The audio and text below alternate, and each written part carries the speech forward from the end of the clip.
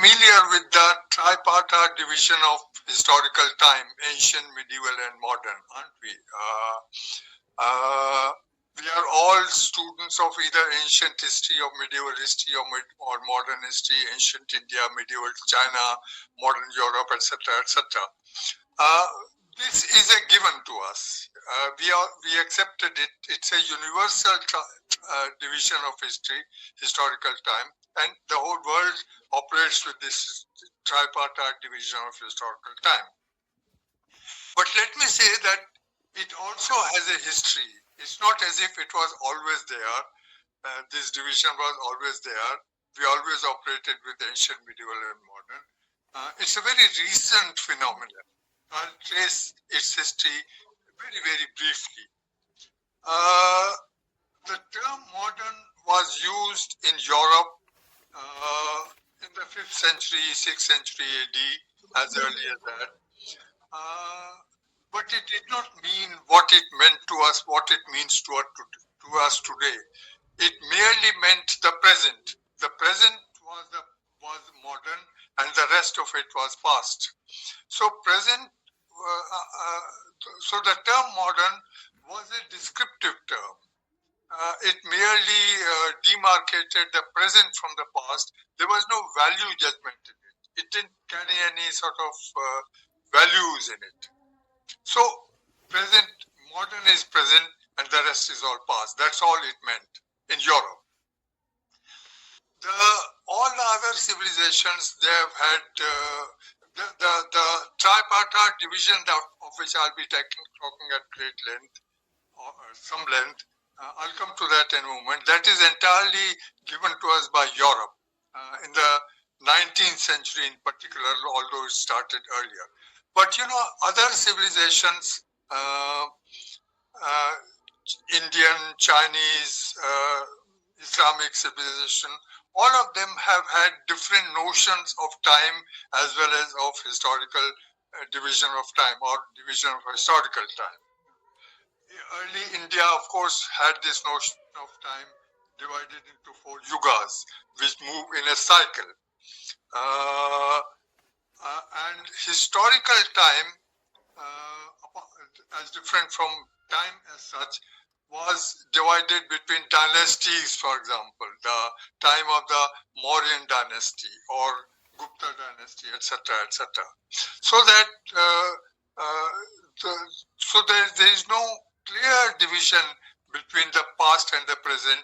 It's a continuous kind of time.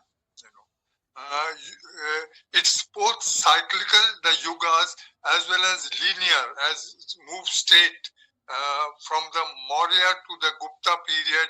It moves in a straight line. So it's both cyclical as well as straight. China had this notion of historical time as a constant flow of time, which is on one hand, it was a constant flow of time. Europe also had this notion of time. Heraclitus, the Greek historian, Greek philosopher, said, we are all familiar with his very poetic kind of description of the continuity of time. समय की निरंतरता के बारे में उन्होंने कहा. He used this poetic phrase, you can't put your hand in the same river twice. Why? Because once you have put your hand in the river and taken it out, and next time you put it 2 seconds later, you put it back, that water in which you had put your hand has flown. So it's not the same river now. So what he also said it in a different way, more prosaic way. He said constant is the only permanency.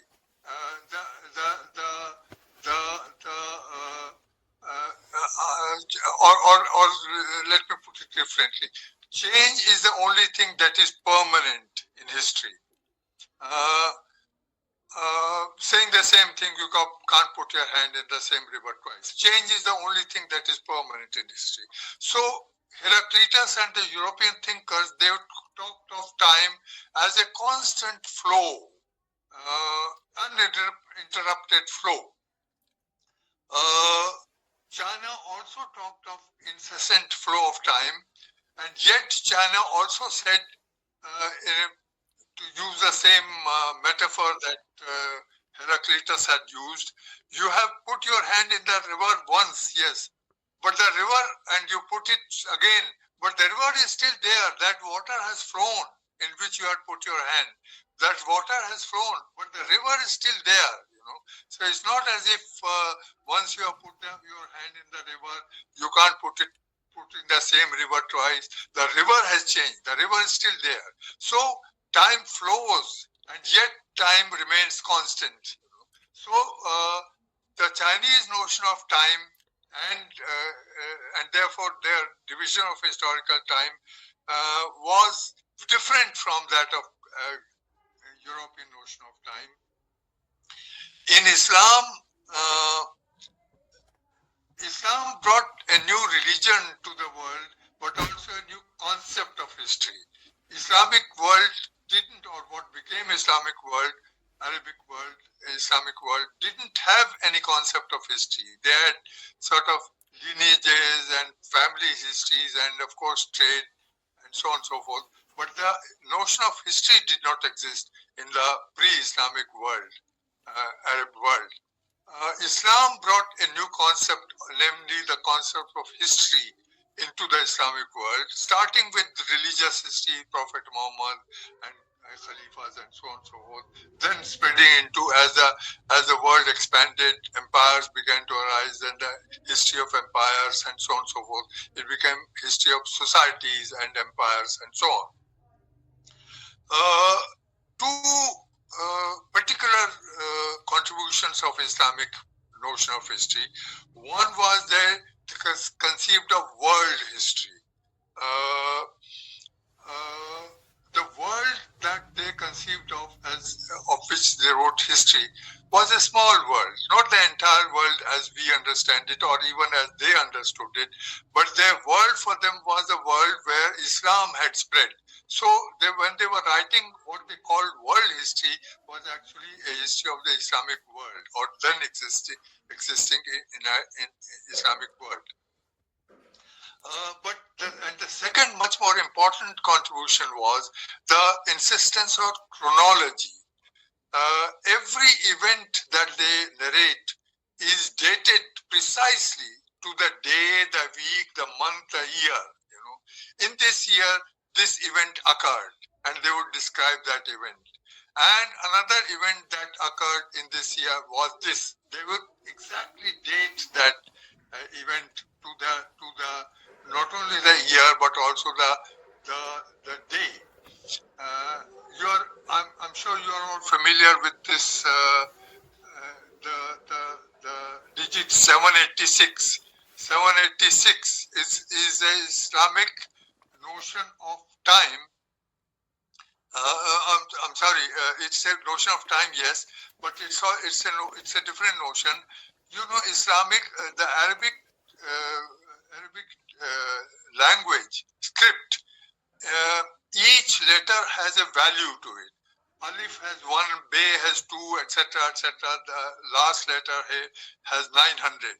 So each letter has a numeric value attached to it, and therefore, what they do is when they are trying to date a particular event, the accession of a ruler, for example, or a particular battle, for example, or the murder of death of a ruler or whoever, they would say this event took place in this. They would describe it in a phrase or in a verse, share. They would describe it, which the letters of which would so composed that they will tell you the date of the event. For example, in the Babri Masjid, which when it stood, there was a verse inscribed there, which was inscribed by Mir Baki. Bakhair Mir Baki, something like some words some words which indicated to you this masjid was constructed in this year, which gave you the equivalent of 1528.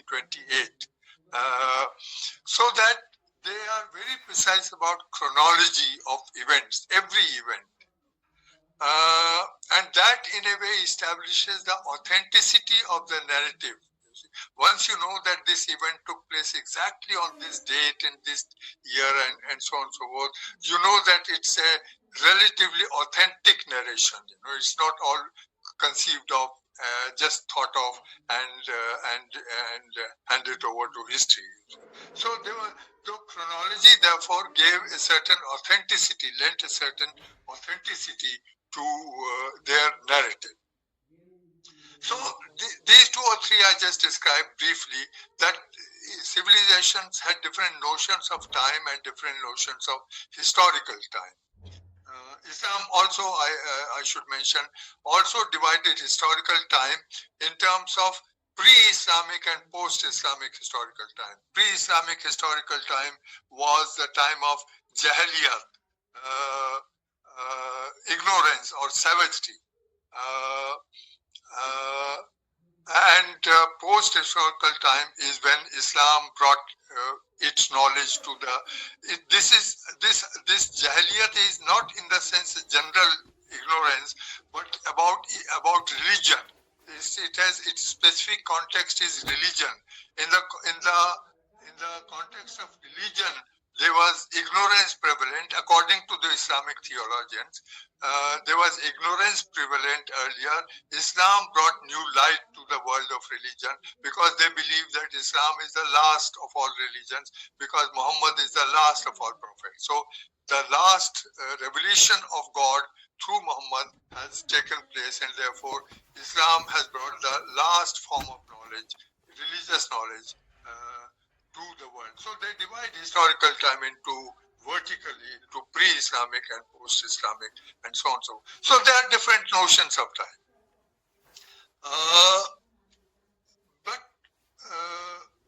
when we have this ancient, medieval, modern notions of time, this division of historical time, there is a beautiful book called The Theft of History by Jack Goody. Jack Goody is a Cambridge historian. He says that in this book, that The Theft of History, that by imposing one uniform periodization of history, ancient, medieval, and modern, they have stolen history from the rest of the world, because all of these, there are two or three examples I gave you. There are different notions of history, there are different notions of historical time, there are different notions of similarly of space. So all of these were stolen, and one single uniform notion was imposed on all of them. So he calls it the theft of history by the West. Now this theft of history started occurring from about the 16th century onwards, and it occurred in the context of theology, Christian theology. Three periods of Christian theology. हम लोग जो इतिहास को पढ़ते हैं, प्राचीन कालीन इतिहास, मध्यकालीन इतिहास, आधुनिक कालीन इतिहास, ये जो तीन भाग में बटा हुआ है इतिहास का समय, उसका भी इतिहास है. वो हमेशा नहीं था और हमेशा रहेगा भी नहीं, उम्मीद है. तो इसके इतिहास को भी जानना जरूरी है. एक तो ये कि यूरोप में शब्द, मॉडर्न शब्द, आधुनिक शब्द 5वीं 6वीं शताब्दी में ये इस्तेमाल हुआ था, लेकिन उसका इस्तेमाल होने का मतलब था, आधुनिक का मतलब आधुनिक नहीं था, आधुनिक का मतलब वर्तमान था. वर्तमान को वो आधुनिक कहते थे, उससे ताकि अतीत से उसको अलग किया जा सके, तो वर्तमान आधुनिक था. और इसी तरह से चीन में, भारत में, इस्लामिक दुनिया में अलग अलग समय के विभाजन थे, इतिहास के समय के अलग अलग विभाजन थे. तो ये जो तीन भागीय तीन भागी विभाजन है एंशिएंट, मिडिवल एंड मॉडर्न, ये हमें यूरोप से मिला है और ये इसका इतिहास बहुत पुराना नहीं है, ये हमें 19वीं सदी में यूरोप से मिला था। इसकी शुरुआत 16वीं शताब्दी से शुरू हो गई थी और इसकी शुरुआत धार्मिक इतिहास, क्रिश्चियन धर्म के इतिहास से शुरू हुई है।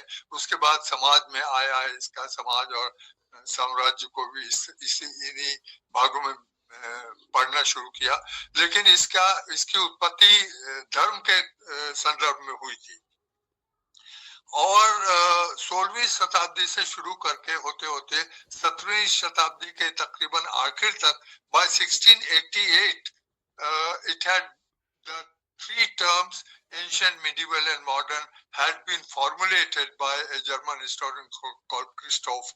He had established this tripartite division, and then it became it was operative in Europe, and it began to spread in the rest of the world. Now, when did the ancient period begin? When did the medieval begin? When did it end in medieval period? When did medieval begin, etc., etc.? This kept on varying from time to time. Sometimes a particular date was given. Once in France, for example, at one time, 1598 was the period when the exact date when medieval period ended. Then it was moved to 1492, and so on and so forth. But all this kept varying in Europe. Kept varying in Europe, and it's only in the 19th century, towards the end of the 19th century, that this was firmly established in European history. And from European history, it spread to the rest of the world, because Europe spread to the rest of the world. 19वीं शताब्दी में ये स्थापित हो चुका था, ये तीन भागीय विभाजन समय का यूरोप में, प्राचीन, मध्यकालीन और आधुनिक, और वहां से फिर ये सारे विश्व में फैला। क्योंकि विश्व में पूरे यूरोप का विस्तार हुआ, इस तरह से यूरोप ने विस्तार किया, उसके व्यापार का विस्तार हुआ, उसके जंगों का विस्तार हुआ, उसकी लड़ाइयों का विस्तार हुआ, उसके उपनिवेशवाद का विस्तार हुआ। जैसे जैसे उन सब का विस्तार हुआ, वैसे वैसे यूरोप के बौद्धिक विचारों का भी विचार हुआ। And just as Europe expanded to the rest of the world in terms of its trade, military and politics, and of course colonialism, its concepts, intellectual concepts also expanded to the rest of the world, and the rest of the world began to operate with the same tripartite vision of ancient, medieval and modern. From towards the end of 19th century and beginning of the 20th century, in India, for example, ancient, medieval and modern is first used in 1903 in a book by a British historian, Stanley Lane Poole. And so also in China and Japan and so on and so forth, towards the end of the 19th century, early 20th century, this notion began to get operational. ये सारी दुनिया में 19वीं सदी के आखिर में, 20वीं सदी के शुरू में ये त्रिभागीय विभाजन समय का, इतिहास के समय का, ये लागू हो गया तकरीबन हर जगह। Now, ये बड़ी दिलचस्प बात इसमें यह है, the very interesting thing is that in this division of historical time, there is a reversal of the gaze, history's gaze. History को उल्टा देखने का तरीका शुरू हो गया। उल्टा देखने का क्या मतलब है? How do we study history? From the past to the present. That's how we study history, don't we? What this tripartite division did was, it started studying history from the present to the past. How did it do that?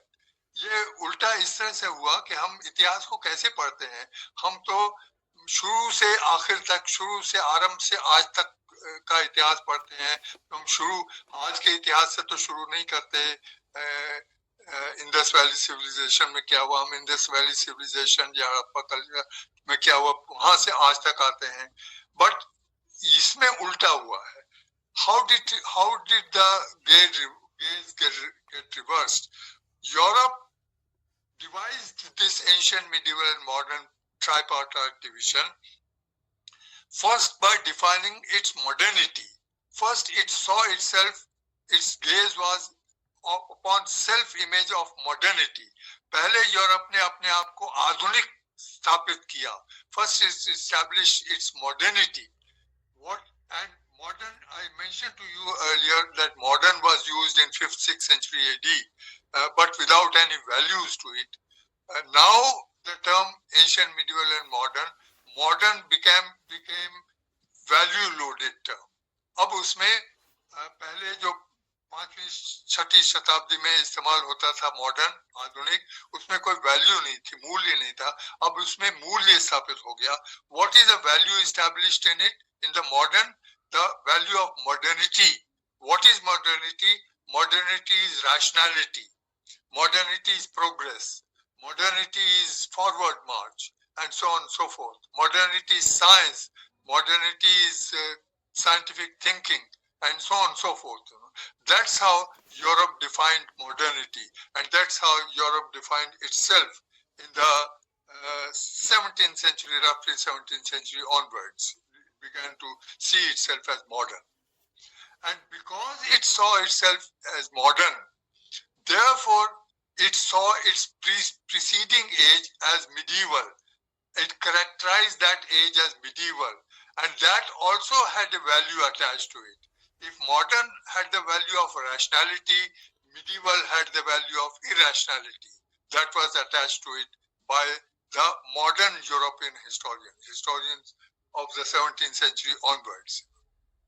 17th, 18th, actually 18th, 19th century. So that values came to be attached to modern and therefore to medieval and also ancient, but mainly to medieval and modern and medieval. Modern was seen as rational. Modern आधुनिक युग को देखा था बिल्कुल विवेकशील है. Medieval was seen as characterized as dark ages of irrationality, superstition, etc., etc. So a contrast between religion and religiosity was established on one hand and rationality on the other hand. So if you are rational, you can't be religious. If you are religious, you can't be rational. So and rational is progress, medieval is dark ages. Still we use the term medieval as a term of abuse, don't we? Medieval came to be known as a term of abuse, not as a term of analysis, but abuse. Don't we say, oh, how medieval he is, he still beats his wife, it's a term of abuse. We are still living in the Middle Ages, we are how backward we are, etc., etc. It's became a term of abuse because it was devised as a term of abuse. That's where the politics comes in. Politics of division comes in. Medieval एक तरह से गाली हो गई थी. Medieval मध्य युग वो है जो कि आधुनिक नहीं है. Medieval is that which is not modern. Medieval अपने आप में कुछ नहीं है. Medieval वही है जो modern नहीं है. Medieval is not by anything by itself. Medieval is what is not modern, the opposite of modern. तो एक तरह से गाली हो गई थी medieval, जो अब भी है. अब भी हम कहते हैं कि कितना मध्ययुगीन उसकी सोच है, हम कितने पिछड़े हुए हैं अभी जैसे मध्य युग में जी रहे हैं. So it became a value loaded term. Modern became value loaded term, and medieval became value loaded term, and therefore the politics comes in. इसमें राजनीति आती है, क्योंकि अगर मॉडर्न आधुनिक युग रैशनल है, विवेकशील है, तो इसका फर्ज बनता है कि पिछले युग को वो खत्म करे. must eradicate the rationality of the modernity, rationality of the modern age must eradicate the irrationality of the dark ages of the medieval times. So it becomes obligatory on the part of the of modern any modern nation to obliterate, to eradicate the the medievality, the irrationality of the dark ages of the medieval age. So you need reason to argue this case, but you also need power to eradicate that so-called irrationality. And therefore, Europe went into huge wars against itself, against its own regions. One region against 100 years war, wars of religion, and so on and so forth. तरह तरह के युद्ध हुए Europe में. They went into lots of bloodshed to establish the modernity, as it were, and overcome the dark ages, what they call dark ages of medievality and backwardness, etc., or superstition and irrationality and so on and so forth. So that's where the politics comes in, and that's also where violence comes in. You need violence, you need wars to eradicate. That's you need means I'm not justifying, I'm just explaining that they engaged in violence to what they thought was the irrationality of the Middle Ages, and therefore politics of the establishing modernity and the politics of and the violence of having to establish modernity and eradicating the dark ages of medieval world. So that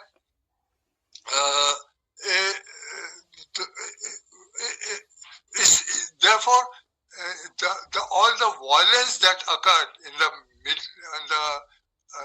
17th, 16th, 17th century and 18th century, of course, in Europe itself, that was legitimized, that was accepted as legitimate because of this rationality, the enforcement of rationality. That was accepted, in fact, advanced as the legitimation of the violence, politics and violence that was unleashed in order to establish modernity, or their notion of modernity. Now, this context of Europe gets extended to the rest of the world. Once ancient, medieval and modern becomes universal, then it also becomes obligatory on the part of the very rational Europe, as it thought of itself, very rational Europe, progressive Europe, to eradicate the medieval ages from the rest of the world. And how did it do it? It did it through colonialism. It spread colonialism in order to modernize the rest of the world, as it were. Modernize, I'm using in their sense, not in the sense of approval, but their notion of modernity was to colonize the world and plunder it thoroughly in order to bring modernity to the rest of the world. So they modernize, they colonize the rest of the world in order to bring modernity to it. There is a perfect legitimation here, perfect justification here in their view of all the plunder of colonialism that we have been witness to, that we have suffered. So let me come back to it in a bit of Hindi. तो जब ये इस इतिहास की सीमाओं को इस तरह से, समय को इस तरह से बांटा गया, मिडिवल और मॉडर्न और मिडिवल में, और मॉडर्न बड़ा विवेकशील था, मिडिवल बड़ा विवेकहीन था, इसलिए मॉडर्न, और ये सब यूरोप में हुआ, तो यूरोप का फर्ज बनता है कि अपने मिडिवल एज को, मध्य युग को खत्म करे, और उसमें उसको युद्ध का सहारा लेना पड़े तो तर्क का सहारा लेना पड़े तो तर्क का सहारा ले, और युद्ध का सहारा लेना पड़े तो युद्ध का सहारा ले। और बहुत युद्ध हुए यूरोप में, कई तरह एक 100 years वॉर और वॉर्स ऑफ रिलीजन और तरह तरह के युद्ध हुए, यूरोप के एक हिस्से का दूसरे हिस्से के साथ युद्ध हुआ। इस तरह से मॉडर्निटी, उनका जो आधुनिकता का जो उनका जो नोशन था, उसको फैलाने के लिए उन्होंने राजनीति का, यह अपने आप राजनीति बन जाती है कि आप एक हिस्से, यूरोप के एक हिस्से का दूसरे हिस्से पर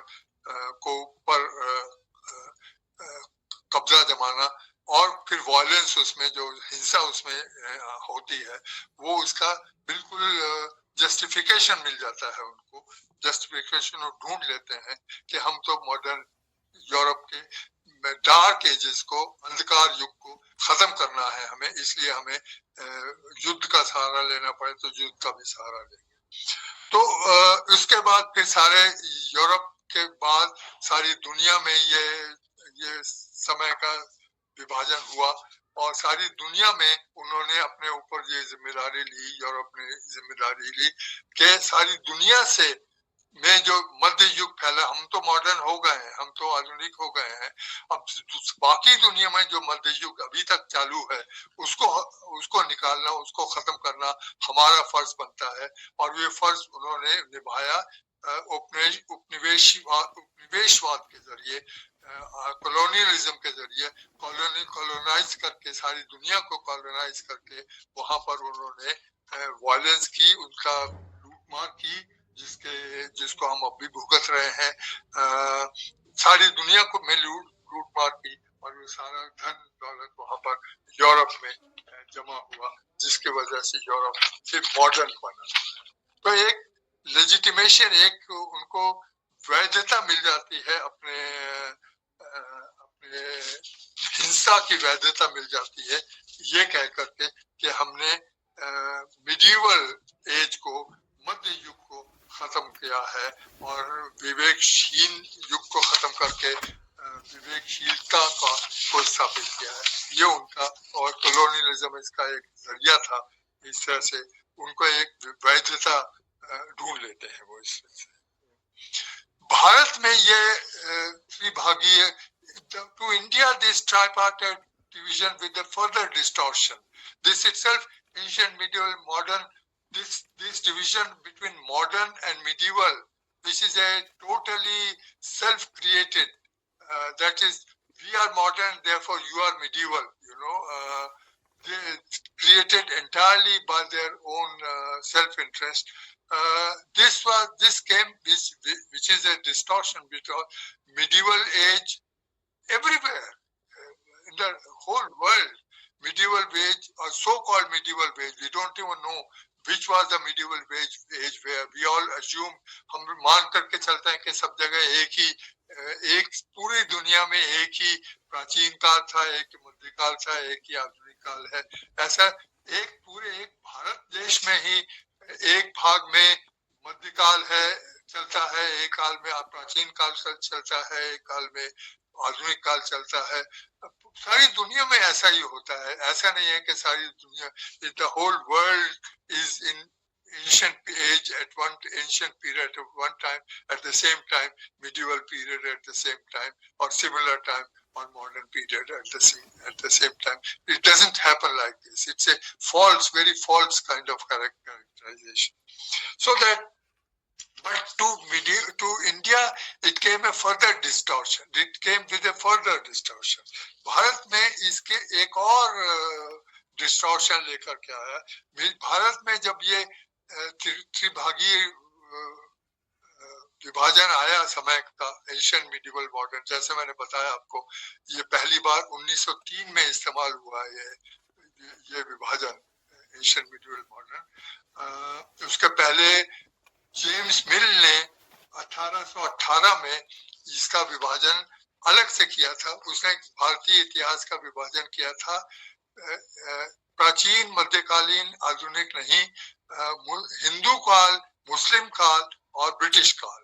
He divided history, Indian history, into not ancient, medieval and modern, but Hindu period, Muslim period and British period.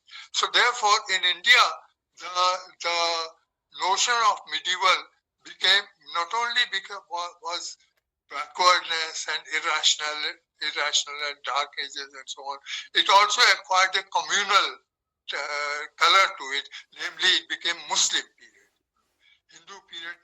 James Mill, who created this, who never visited India, he created this tripartite division. He was very strict utilitarian. वो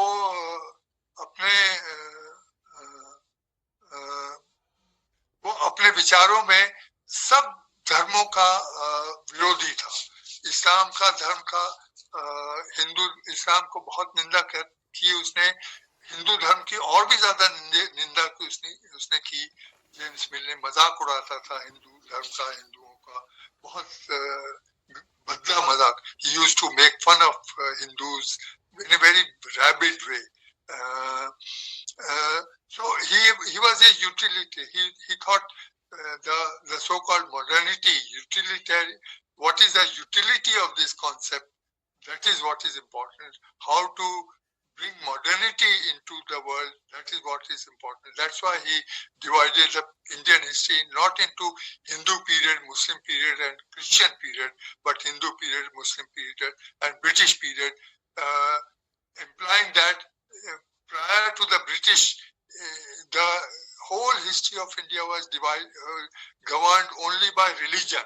There was nothing else to write home about except the religion of the rulers and the religion of the people, which he looked at with great contempt. Both religions. He was the one who first created the notion.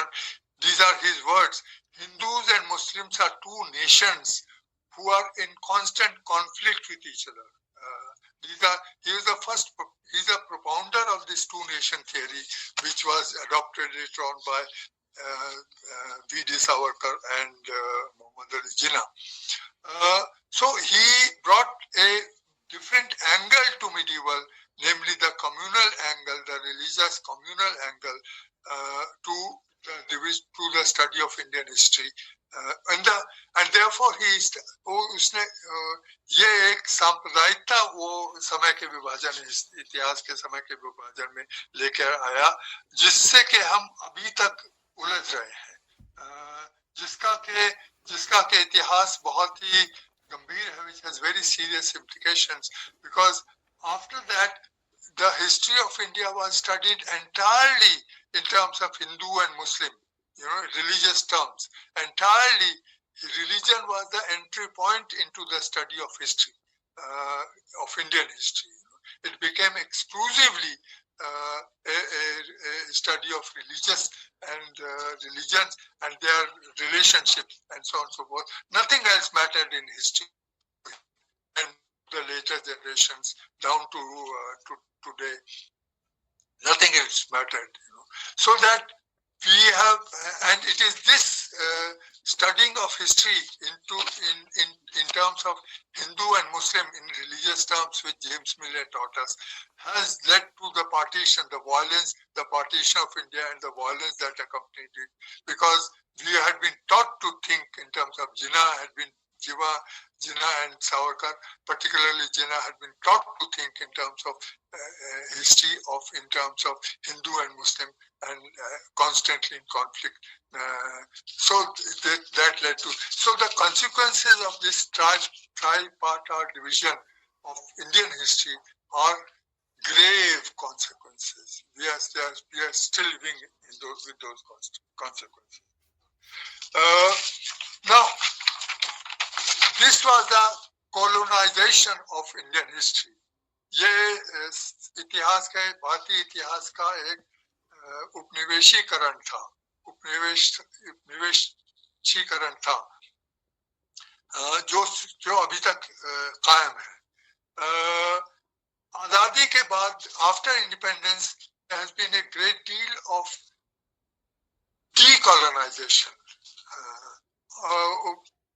आजादी के बाद 1950 के दशक में, 1950 के दशक में शुरू starting with 1950s, there has been a great deal of decolonization of history, Indian history, enormous decolonization of Indian history.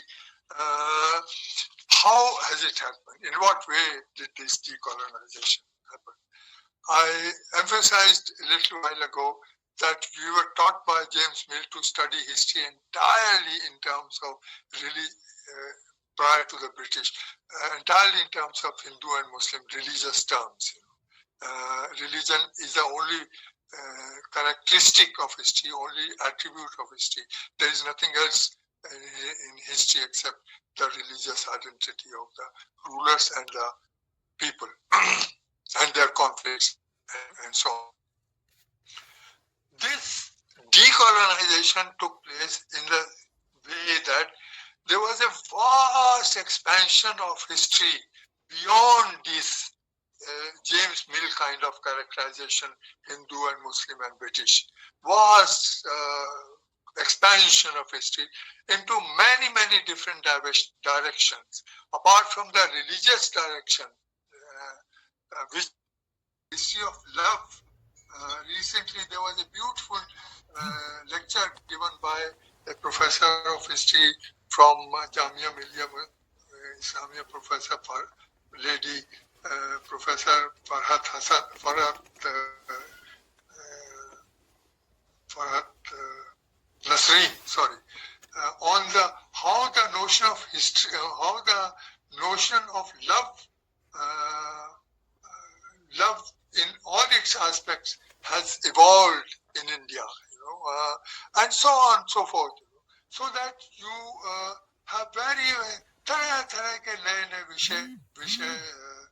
विषय आए हैं, उभर करके आए हैं. Many different themes have arisen, in the late 20th century, from the 1980s onwards.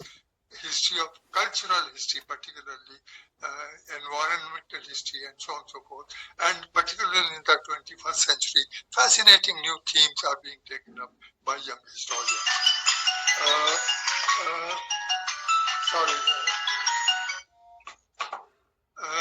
Young historians. So these themes are being taken up.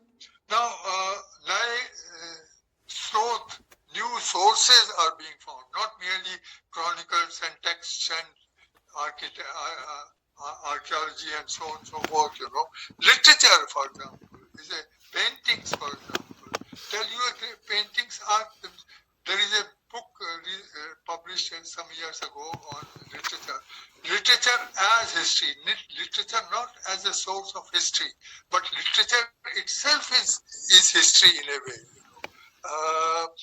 Paintings certainly are a kind of history.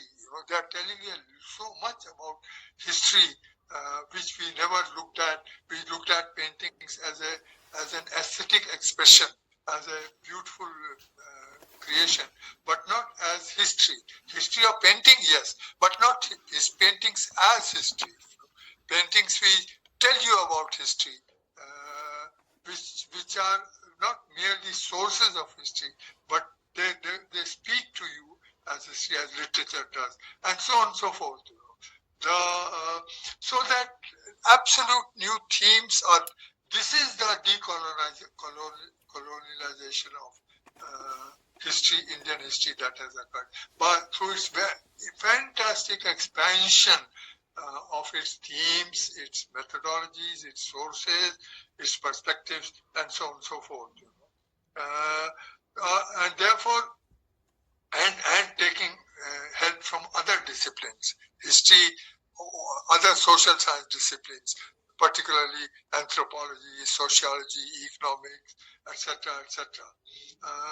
Even now, DNA, linguistics and DNA, they have added great scientific touch, great scientific basis to our study of history, which is very, very hard to question.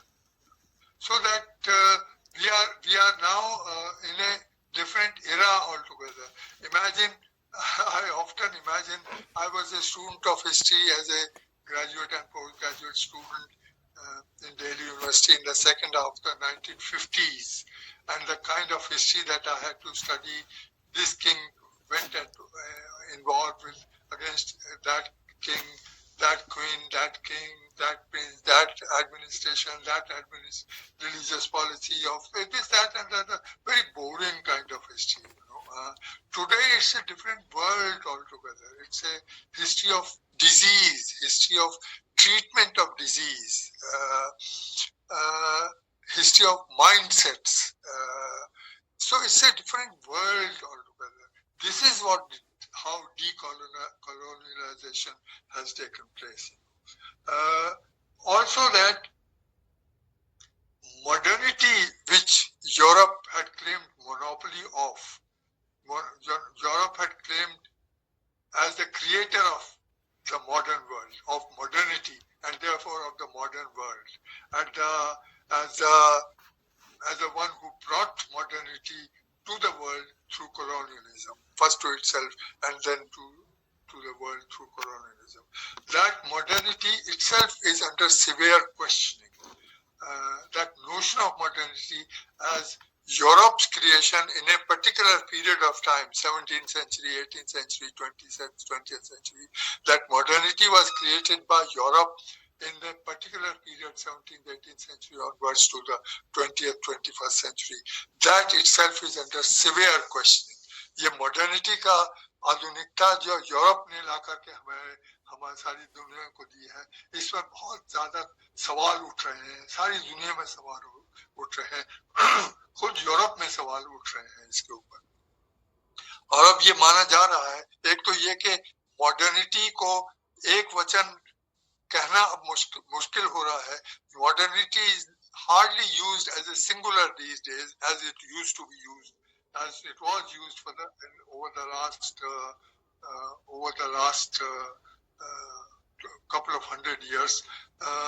Now it is modernities, plural is being used. Modernity, everyone has one's own modernity. अपनी अपनी आधुनिकता सबकी अलग है. सब अलग अलग रास्ते से आधुनिक दुनिया में पहुंचे हैं. आधुनिक दुनिया, the modern world that we inhabit has been created not by Europe alone and in a particular period of time. It has been created by contributions by the entire set of civilizations, by all civilizations together. Each civilization has contributed something or the other given at different points of time, not within a certain given period of time, but at different points of time. हर इस दुनिया जिसको आधुनिक संसार जिसमें हम रह रहे हैं, उसको बनाने का श्रेय यूरोप का नहीं रहा, अब नहीं रहा, जो अभी पिछले 25-30 साल 40 साल तक कभी चलता रहा था. अब उस पर बहुत प्रश्न उठ पड़े हैं. इस आधुनिक दुनिया को सारे संसार की सभ्यताओं ने, हर सभ्यता ने कुछ न कुछ प्रदान किया है. Every contribution, every civilization has contributed something, whether it is a particular crop that we eat or particular philosophy that we profess, or particular religion that has spread to the rest of the world, or particular mode of governance, or particular notion of state, particular notion of society, and so on and so forth, economy, and so on and so forth. And it has happened throughout the period of history, throughout as far back as we can go. It's not as if modernity came to us only in the 17th, 18th century. Think of anything that you use in the modern world. Think of basic things like the wheel of your bicycle or your motorcycle or your car or your aeroplane. Did Europe create the wheel which is so essential to the working of the modern world? Was it created in the 17th, 18th, 19th century? It was created long ago, probably in the 8th century, not by European. Think of anything. Think of the tea that you start your day with. Did Europe create the concept of tea? It's China's gift to the rest of the world. and not in the 17th, 18th century, long before that. Did sugar, was sugar given to us by Europe in the 17th, 18th century? And so on and so forth. Anything, just look around your table and chair and see how many things that we use every day in the modern world, which owe their origin to not to Europe, but to many, many different civilizations. After this lecture, you'll go for a cup of tea or some food, and you'll have your food. In your food, you are bound to have potato and tomato and chilies and so on and so forth, whatever. Or even if it is a humble samosa for tea, you have potato and tomato and chilies. None of them is an Indian food. They have all come to us from Latin America, Mexico and Latin America. And yet they are so much a part of our everyday life. Do we ever think of where did they come from? How did Europe bring them to us, etc., etc.?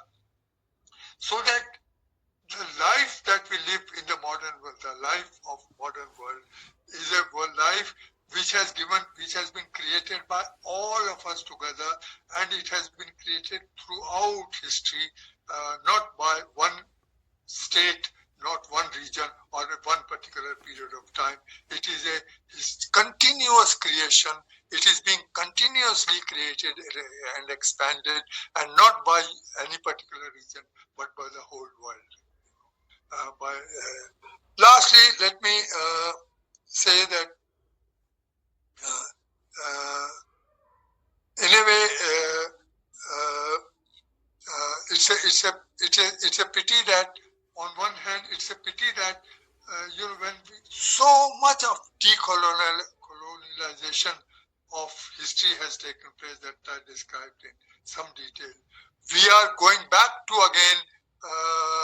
We are being forced to go back to again James Mill kind of history studied only in terms of Hindu and Muslim and religious terms. There is so much more to history than religion. Religion is a very important part of history, but it's one part. It's not the entirety of history. There is so much more in history than religion is. So let's keep our discipline of history safe from returning to the colonial creation that James Mill had given. And finally, let me say, I mentioned to you that this tripartite division came to us in 17th century, 1688, but more or less in the 19th century. In a certain circumstance, they started, as I said, with history of theology, Christian theology, then it spread out to society and polity and so on and so forth. And so it's a human creation. Ancient, medieval, and modern, these are not objective facts of history. These are human creations. And therefore, they are transitional. They are transitional, transient.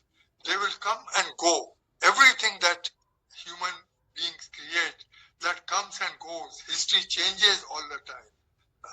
Society changes all the time. Everything changes all the time. Therefore, shouldn't we, something that was created in the 17th century, even we accept it as having originated in the 17th century, something that was created in the 17th century, it has lasted in the last four or five centuries. How more they will be far more modern, quote unquote modern, than we are. We are very modern compared to last century, 19th century, 18th century. But 22nd century or 23rd century will be far more advanced than we are. Obviously, it will be. So they won't call us modern anymore. What will they call us? Medieval? No, we are not medieval either, or ancient. Clearly, they will abandon this ancient, medieval and modern tripartite division. ये 22वीं शताब्दी में, 23वीं शताब्दी में क्या हमें वो आधुनिक काल के वासी समझेंगे? आधुनिक काल को, आज के काल को आधुनिक समझेंगे? बहुत मुश्किल है कि वो उसको आधुनिक मानने को तैयार हो। वो बहुत ज्यादा आगे बढ़ चुके होंगे हमारे मुकाबले से। तो इसलिए ये बहुत मुमकिन है कि वो नए कुछ सोच, जैसे ये नई सोच आई थी 17वीं शताब्दी में, 18वीं शताब्दी में, एंशिएंट और मिडिवल और मॉडर्न, कोई नए विचार उभरेंगे 22वीं शताब्दी, पता नहीं कब, हो सकता है 21वीं शताब्दी में ही हो, क्योंकि सवाल तो अभी उठ ही रहे हैं इस पर, ट्राइपार्टाइट डिवीजन पर, त्रिकोणीय त्रिभागी विभाजन पर उठ ही रहे हैं। तो नए विचार उठेंगे, नई कैटेगरीज उठेंगी, नई श्रेणियां उठेंगी, जिनसे हम इतिहास के बारे में सोचना शुरू करेंगे। हम नहीं जानते कि क्या श्रेणियां होंगी। We don't know what these categories will be. Naturally, we don't know. We can't even anticipate or imagine what these categories would be. But one can be sure that there will be new categories of historical periodization, if there is any historical periodization. It's quite possible that, like Europe had used the term modern in the 5th century without adding any value to it. It's quite possible that they will see history as a continual process rather than breaks in between. What periodization does is it creates stages, breaks. Ancient is one, medieval is one, another, modern is third, postmodern is contemporary is fourth. So each is an autonomous period. That's one way of looking at it. Another way of looking at it would be no breaks or period stages and so on and so forth, but a continuous process throughout history. History is a continuous process which keeps on growing irrespective of how we characterize it. Well, thank you very much, ladies and gentlemen. You have been very patient listeners. Thank you very